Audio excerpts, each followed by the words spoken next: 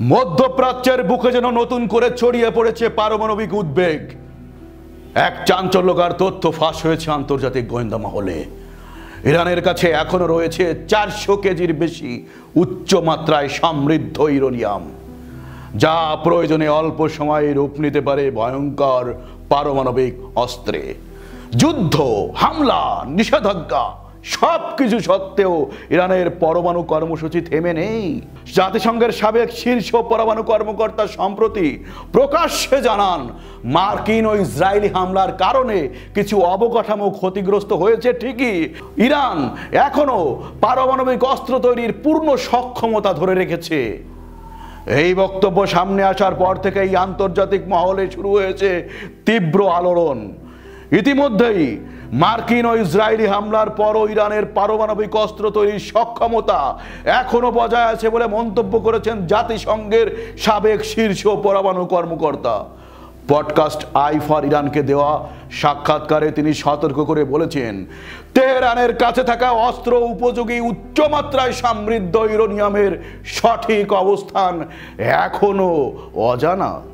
প্রায় 400 কেজি, 900 পাউন্ডের বেশি, 60% বিশুদ্ধত সম্পন্ন ইউরেনিয়ামের কোনো হদিস মেলেনি।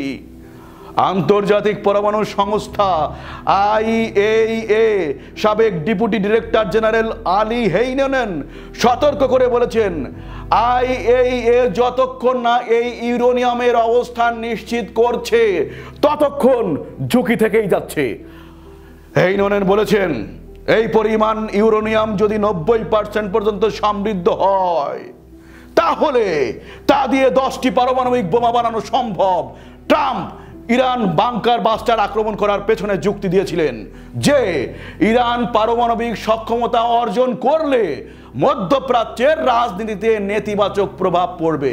তবে B2 বাংকার বাস্টার হামলার পর থেকে মার্কিন প্রেসিডেন্টের এটাও বলা উচিত ছিল যে বিপদ এখনো কাটেনি বলে মন্তব্য করেছেন হেইনানেন। তেহরানে গত রোববার 22 জুন স্থানীয় সময় ভোরে মার্কিন প্রেসিডেন্ট ডোনাল্ড ট্রাম্প ফোর্দো ও ইরানের আরও 2টি পরমাণু স্থাপনায় 75টি প্রিসিশন গাইডেড মিসাইল ও 2 ডজন টমাহক মিসাইল হামলার অনুমোদন দেন। স্যাটেলাইট ছবিতে দেখা গেছে ফোর্দো প্ল্যান্ট মারাত্মকভাবে ক্ষতিগ্রস্ত বা ধ্বংস হয়েছে এবং সেখানকার সেন্ট্রিফিউজগুলো নষ্ট হয়ে থাকতে পারে। হামলার কয়েকদিন আগেই ফোর্দো পরমাণু স্থাপনার বাইরে ট্রাকের লাইনে দেখা গিয়েছিল, যা ইঙ্গিত দিচ্ছে যে ইরান ইউরেনিয়ামের মজুদ ছড়িয়ে নিতে পারে। মার্কিন ও ইসরায়েলি গোয়েন্দারা এই চলাচল সম্পর্কে অবগত থাকলেও ট্রাকগুলোর গতিবিধি ট্র্যাক করতে এবং ট্রাম্পের চূড়ান্ত হামলার আদেশের জন্য তারা কোনো ব্যবস্থা নেয়নি। ট্রাম্প এই অপারেশনকে সম্পূর্ণ সফল বলে ঘোষণা দিলেও ইসরায়েলি গোয়েন্দা প্রতিবেদন অনুযায়ী ইরানের পরমাণু কর্মসূচি অনেক বছর পিছিয়ে গেছে। তবে মার্কিন কর্মকর্তাদের প্রাথমিক ধারণা, এই হামলা ইরানের পারমাণবিক কর্মসূচি মাত্র কয়েক মাস পেছবে।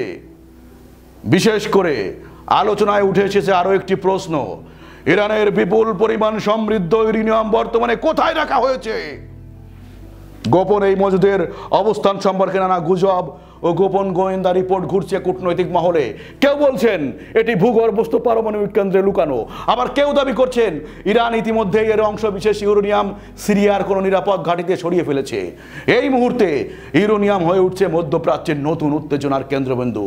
কারণ যদি সত্যি ইরান এই পরিমাণ ইউরেনিয়াম অস্ত্র তৈরির পর্যায়ে নিয়ে যায় তাহলে গোটা বিশ্ব নিরাপত্তা সংকটে পড়তে পারে।